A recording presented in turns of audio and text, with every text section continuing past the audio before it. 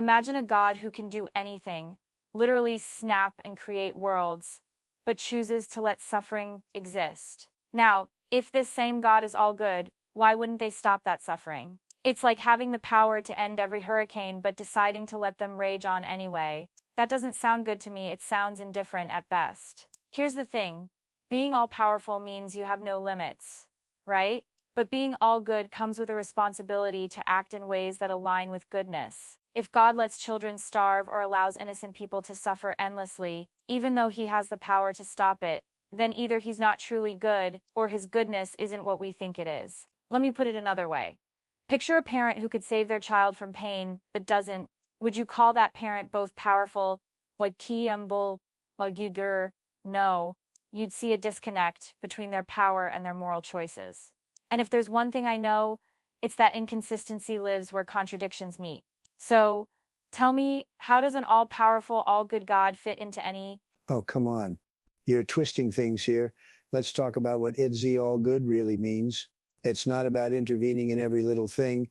It's about having a plan, a purpose that we can't always understand. You're looking at it like God's some kind of cosmic babysitter, but that's not how it works. Think about it, Taylor. If God's all powerful, he's not just a magician pulling rabbits out of hats. He's the architect of the universe, and that includes allowing for free will. Evil and suffering, they're not God's doing. They're a result of the choices we make. It's like blaming a chef for someone getting food poisoning because they didn't cook it right. No, the problem's with the person who didn't handle the food properly. And let me tell you something else. Gillen, this idea that God's all good means he's got to be this pushover who can't let anything bad happen, that's just plain wrong. It's like saying a parent who lets their kid fall off a bike and scrape a knee isn't good. No, that parent is teaching resilience, teaching life lessons. God's the same way. He's not here to wrap us in cotton wool. He's here to guide us to be better. So don't give me this SAZ inconsistent nonsense. It's just a smokescreen for not wanting to accept that there's a bigger picture we can't always see. God's not some character in a fairy tale. He's the author of the story, and sometimes that means letting the plot unfold naturally, even if it's not pretty. Ah, but Tamp, you're asking us to accept a God who writes a story filled with unspeakable horrors and then calls it good. Let's break this down. Free will is your go-to explanation for evil and suffering, right? But here's the kicker.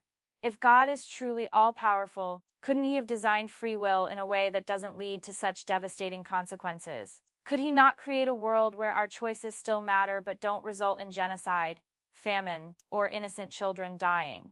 And let's talk about this bigger picture you keep mentioning. If God's plan involves untold suffering, how do we know his idea of good aligns with ours? You say it's about teaching resilience, but at what cost?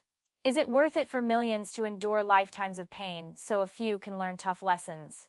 That sounds less like a loving architect and more like a cold engineer. Here's the truth.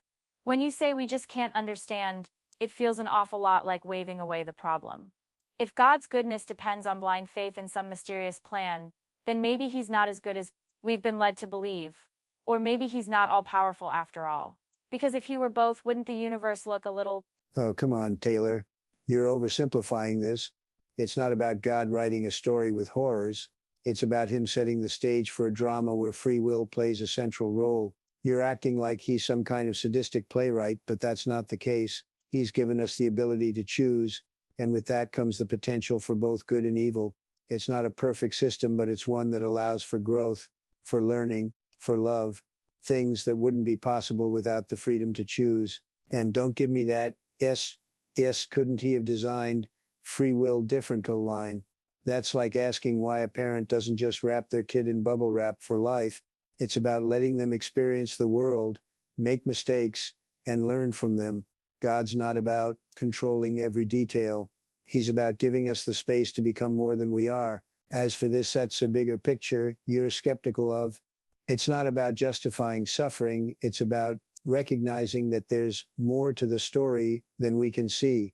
You're looking at it like a 5-year-old with a picture book, pointing at the scary pages and saying the whole thing's bad.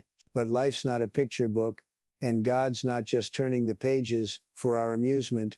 He's given us a role in the narrative, and that means there's going to be pain, there's going to be struggle, but there's also going to be triumph and joy. So don't try to reduce this to so much God's not as good as we think argument. It's about understanding that his plan is grander, more complex than our limited human minds can fully grasp. And if that means accepting that there are things we won't understand, well, that's part of the deal. God's not here to give us all the answers. He's here to guide us on a journey where we can find our own path, make our own choices, and ultimately become more than we ever thought possible. Tamp, you're asking me and everyone to accept a God whose plan includes unimaginable suffering as part of some grand narrative. But here's the issue. If God truly is all powerful and all good, wouldn't he be able to craft a story where growth, love, and freedom don't come at such a devastating cost? You talk about free will like it's this untouchable gift, but what kind of gift demands the sacrifice of innocent lives? Let's not dance around it. The Holocaust, natural disasters wiping out entire villages, children dying from diseases. They're not just chapters in a divine novel. They're real tragedies that leave scars too deep for any bigger picture to erase. And when you say we can't understand, it feels like shutting down the conversation before we even get to the heart of the matter. If God's plan requires so much pain, doesn't that make him complicit in the evil he supposedly opposes? Or worse, does it mean his idea of good is so far removed from ours that we shouldn't call it good at all? I'm not reducing anything. I'm asking hard questions because blind faith in a mysterious plan doesn't change the fact that the world looks an awful lot like one without an all-powerful, all-good God at the... Taylor, you're missing the point. It's not about God crafting a story without pain. It's about understanding that pain is a part of existence, a part of growth. You're acting like God's some kind of cosmic playwright who enjoys watching his characters suffer, but that's not it at all.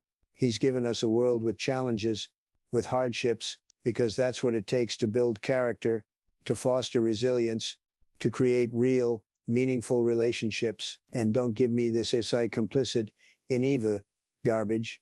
God didn't cause the Holocaust. Humans did. He didn't create diseases. We live in a fallen world where these things happen. It's not about God being some distant observer.